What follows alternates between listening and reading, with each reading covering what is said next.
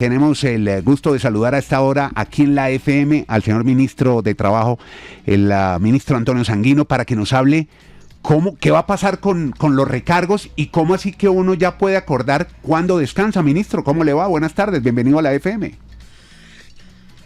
Muy buenas tardes, muchas gracias por esta invitación para poder hacer un poquito de pedagogía sobre tantos asuntos que trae la reforma laboral y en particular sobre este que es la pregunta de esta tarde un poco fría en Bogotá, alrededor de este asunto que tiene que ver con la vida y la cotidianidad de los trabajadores. Muy sencillo. Sí, entonces, exacto. ¿Cómo va a ser ahora los contratos, ministro? ¿Cómo se va a remunerar esos recargos dominicales?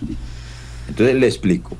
La reforma laboral recupera o mantiene más bien un concepto que se denomina horario flexible, que ya venía de la ley 789 del 2002, que significa que empleador y trabajador pueden acordar que el día de descanso no sea exactamente el domingo, pueden acordar otro día de descanso distinto al domingo. Correcto. Eso porque, por ejemplo, hay una serie de actividades que sobre todo ocurren los fines de semana.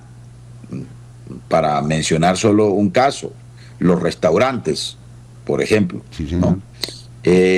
Entonces, esos trabajadores con sus empleadores pueden acordar que su día de descanso no sea el domingo, sino el lunes.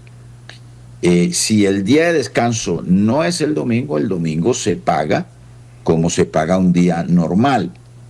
Pero si el día de descanso que acordaron es ocupado laboralmente o el trabajador es llamado a trabajar ese día de descanso que no sea el domingo, como por ejemplo el lunes o el martes o cualquier otro día de la semana, entonces allí se aplica el recargo dominical de hasta el 80% este año del salario mínimo del día correspondiente al salario, hasta del 90% el año entrante y de nuevo hasta el 100% a partir del año 2027. En eso consiste, digamos, mantener la remuneración o el recargo por trabajo en día de descanso, dominical o festivo, y combinarlo con horario flexible, de tal suerte que el día de descanso puede que no sea el domingo, y si ese día de descanso se elabora,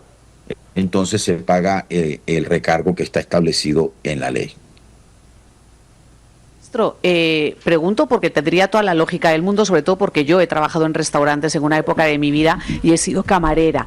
Eso no existía, mejor dicho, eso no tenía todo el sentido sin tener que recurrir a la reforma laboral, porque evidentemente uno en los restaurantes ha trabajado los fines de semana y descansaba entre semana. A mí entre semana, cuando me tocaba entonces de pronto el lunes, que era mi día festivo, trabajar, eso ya estaba dentro de la empresa, se pagaba el doble. Así es, digamos, pero la reforma laboral lo incorporó porque ya venía de la 789, de la ley del 2002 de tiempos de Uribe, que es el concepto de horario flexible, que modificó esa inflexibilidad que existía en el Código Sustantivo del Trabajo. Ahora, se combina con otras disposiciones en materia de jornada laboral que trae la reforma, la ley 2466 del 2025, como por ejemplo, que la jornada laboral diurna sea entre las 6 de la mañana y las 7 de la noche. El recargo por trabajo nocturno empezará a pagarse a partir del próximo 26 de diciembre si usted lo hace después de las 7 de la noche. Y adicionalmente hay una ley del año 2021 que establece, la 2201 exactamente, que establece que la jornada laboral semanal se va a reducir progresivamente de 48 horas a como estaba en el Código Sustantivo del Trabajo y en la legislación anterior a esa ley, a 46 horas el año pasado, a 44 horas semanales este año, y a 42 horas que quedará la jornada laboral semanal a partir del próximo año. De tal suerte que empleador y trabajador deben organizar la jornada laboral con esos criterios y acordar que el día de descanso no sea el domingo, sino otro día de la semana. Claro. Ministro, lo saluda Juan Carlos Iragorri desde Madrid. Y mire, una cuestión es esta.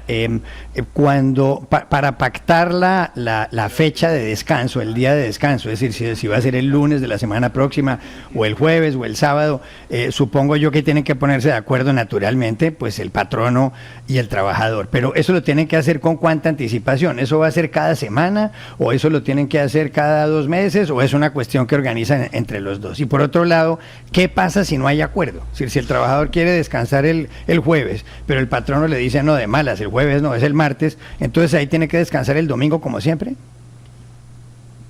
Pues mire, primero, digamos, hay distintas maneras de concertación o distintas formas, métodos de concertar entre trabajadores y empleadores. Se puede hacer de manera individual, pero también se puede hacer mediante negociación colectiva.